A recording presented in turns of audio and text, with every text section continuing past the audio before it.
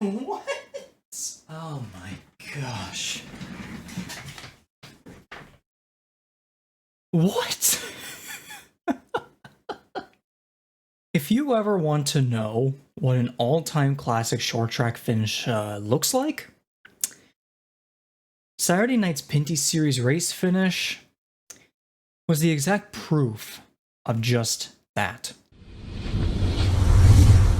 What is going on, everybody? My name is Rigzer, and today we're going to be taking a look at what went on Saturday night as the 2022 NASCAR Pinty Series season got underway at Sunset Speedway in Innisfil, Ontario. If you haven't yet, I highly recommend you go and watch my recent 2022 Pinty Series season preview video. Watching it will be your way of remaining caught up on the series this season, including the roster, the schedule, etc.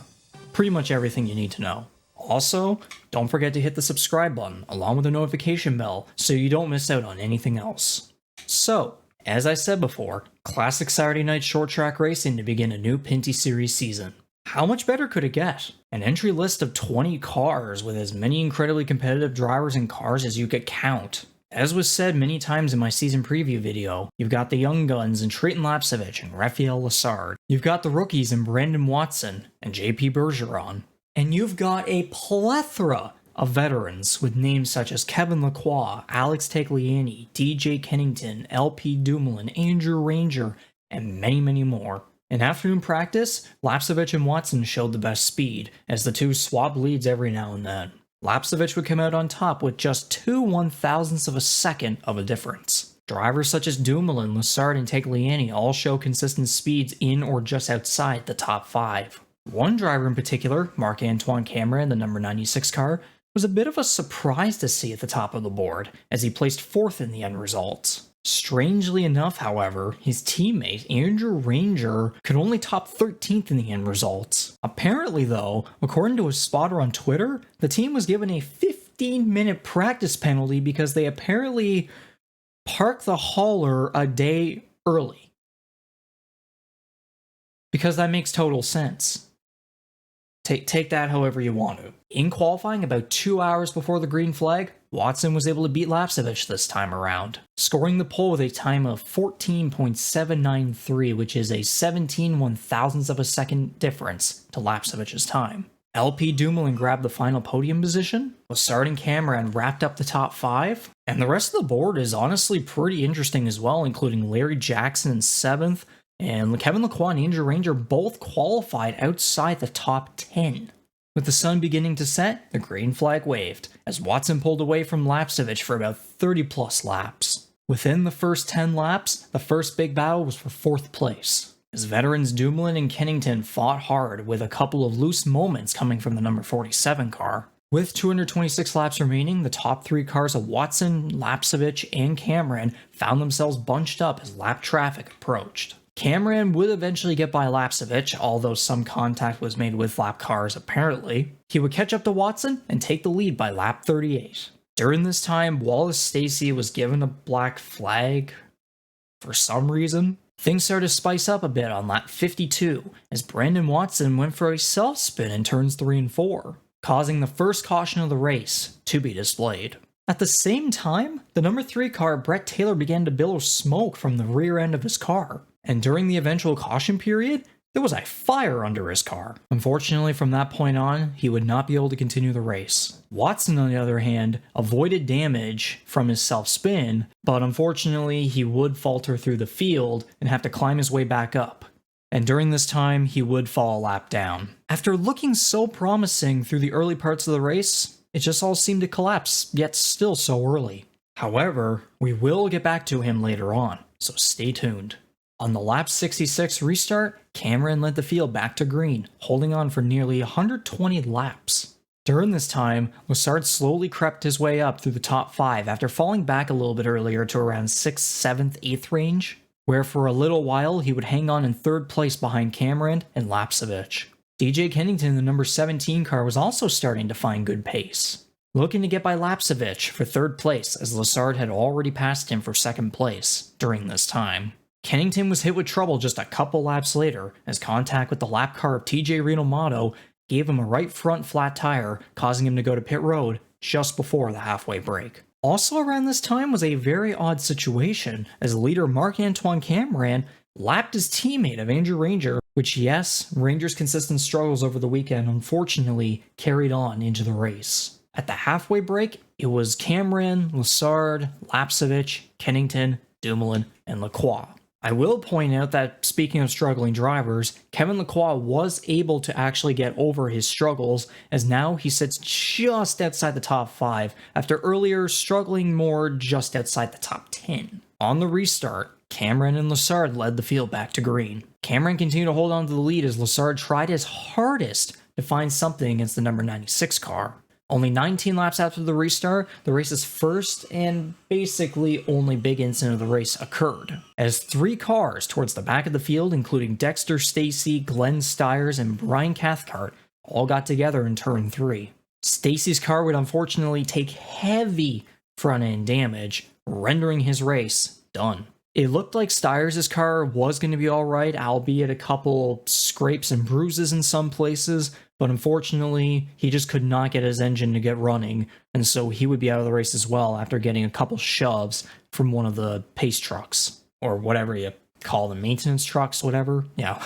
Cathcart would avoid damage and he was able to continue on. And just after all that, unfortunately, Larry Jackson would end up falling out of the race due to mechanical problems. A very rough ending to what was a very solid weekend from him, as he did place 7th in qualifying. A rough ending to what was a very solid weekend for him, as he was actually on pace for a potential top 5 finish based on how he did in practice and qualifying.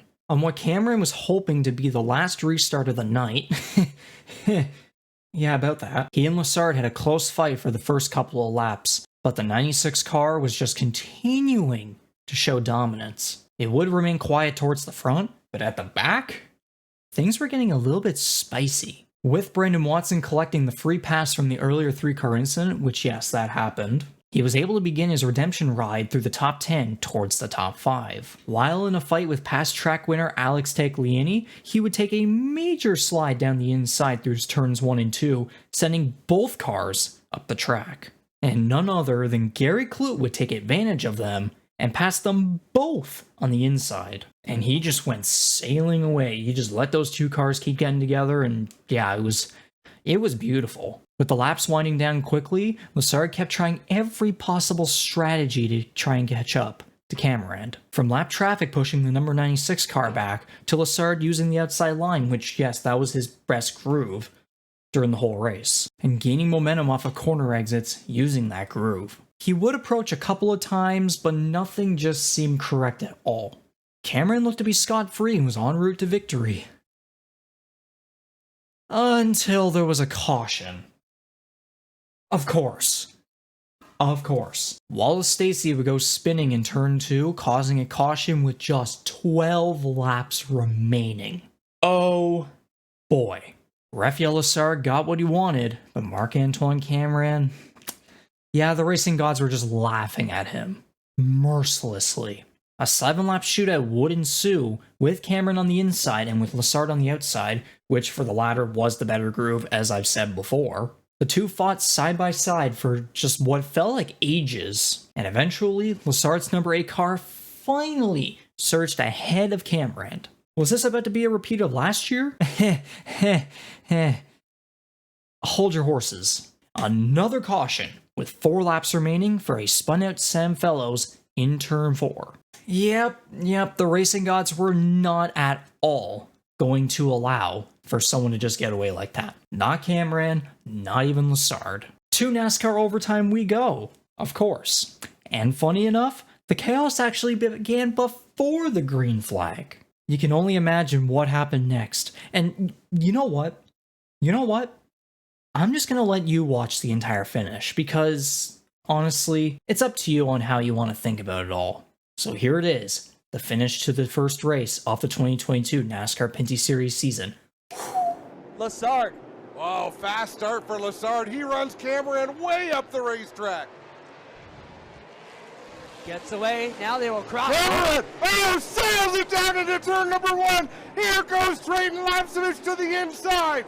Running a Trayton Lapsevich with the lead down into turn number 3. Lessard fighting back on the high side. Cameron struggling to the outside. He's got problems now. Here comes the 9 of Watson, but it's Lapsevich and Lessard. Last lap, Adam, take us home. Drayton Lapsevich looking for win number 1. Rafael Lessard with a fast car to the outside. It's going to be a drag race to the finish. Lapsevich for the win. Lessard with a second place. Brandon Watson with third. Holy moly, what a show. Well, I got my prediction right. I picked my boy Drayton Lapsevich to win, and what do you know? He was able to pounce on Cameron, nearly sending himself and Lessard into the outside wall. Just imagine if Lessard's absolute send on the outside in the final corner on the final lap actually worked. Go figure, we got an all-time classic Pinty Series short track finish. It doesn't get any better than that. Now, time to look at the results. It took 13 races for Lapsevich to score his first victory. I mean, to be fair, that's not too long though. Ironically enough, his first win actually did almost come in just his first race at the 2020 season opener, which was at Sunset. But of course, chaos went against him at that time. This time around, it was for him. He had a hell of a race despite faltering back early on a bit, as the gentle giant patience was key to the racing gods giving Marc-Antoine Cameron the middle finger. With the history of Pinty Series finishes always seeming to having the two leaders come together in a corner, and then the third place driver always gaining the advantage, Lapsevich just got lucky as that same pattern continued on Saturday night. Lessard hung on to second for what was a very chaotic race for him. Starting in fourth, falling back a bit, eventually returning to the podium positions, not being able to find anything against Cameron, making a move basically equivalent to a death wish on the final restart, and nearly being sent Matt Kenseth style, and trying an outside line slide job against Lapsevich as he was on a dirt track like Kyle Larson style. What a crazy young guy this is. Good lord. You see, this is why he deserves a good ride in any of the top national series. It's just a heartbreak that he's not doing select races in Xfinity, all because of freaking funding and stuff. The financial side of racing is just sad. And look at that! Brandon Watson collects a third place finish after what had happened to him earlier. He started on pole, caught himself in some self-spinning trouble, dropped to the back of the field, drove his way back up to the free pass position, slowly climbed his way through the top 10 and the top 5, and pounced with a bump and run on Cameron coming to the white flag. After such a dominant run in the number 96 GM Paillet car for GM Paillet Racing, Marc-Antoine Cameron came home in fourth. A bittersweet and heartbreaking result after what was such a performance in just race 1 with the new team. He quotes that his car began to get loose within the final 15 to 20 laps, and he just couldn't challenge Lessard well enough on the restarts. Except for that literal send on the last one. Kevin Lacroix wraps up the top 5 with a very quiet resurgence from being stuck just outside the top 10 during practice and qualifying, and earlier in the race. He wasn't really a part of the headlines at any point during the race, but his silent run to a decent finish can't go unheard. Gary Kloot falls just short of a top 5 finish, but he performed terrifically, and he played it smart while other drivers would get a little too aggressive. Cue Alex Tagliani and Brandon Watson stuff that went on like I said earlier. Rookie JP Bergeron hung on for a solid 8th place finish after showing promise in practice, but struggling in qualifying with just the 14th best time. LP Dumoulin is a bit surprising to see back in 9th, and so is DJ Kennington in 11th? Both look solid for top 5 finishes earlier in the race, but it's likely that they were caught up on the bad end of the late race chaos. A huge shout out to Mark Dilley for finishing 10th. It's quite the feat to beat names such as Kennington and Ranger, who by the way, yeah, Andrew Ranger. You would think that Cameron and Ranger's names would be like swapped because of history, but nope. Ranger was abysmal all weekend, and whatever that penalty was relating to a hauler probably didn't seem to help their overall morale. According to past years, Ranger has not been the best at Sunset, albeit a runner-up finish to Rafael Lessard in last year's season opener. It's probably best that he moves on and looks for a better result at Motorsport. The rest of the grid doesn't really have many other surprises besides disappointing endings for Larry Jackson, Dexter Stacy, Glenn Stiers, and Brett Taylor. The point standings after Sunset look like this, with Lapsevich holding a 4-point lead over Lessard. Although, technically speaking, it's really the 5-point lead over Watson and Cameron that matters, as Lassard's schedule featuring no road courses will likely drop him back a bit throughout the season and leave him out of the championship hunt completely. Kennington, Ranger, and Taylor will all look for better results in the next race. If I had to give this race a solid rating out of 10, I'd give it a solid 9. It may have been maybe a bit mediocre during the early to mid sectors of the race, but to be fair, the cameras were mainly focusing on just the leaders and some top 5 to top 10 battles. Like, there might have been some battles that were like missing out and stuff, like we didn't even get them at all on TSN or FloRacing. And that part of the race was also really meant for laps to just go by quickly. In a sort of equivalent form to NASCAR's doing choo-choo racing at Daytona and Talladega, and also Atlanta now.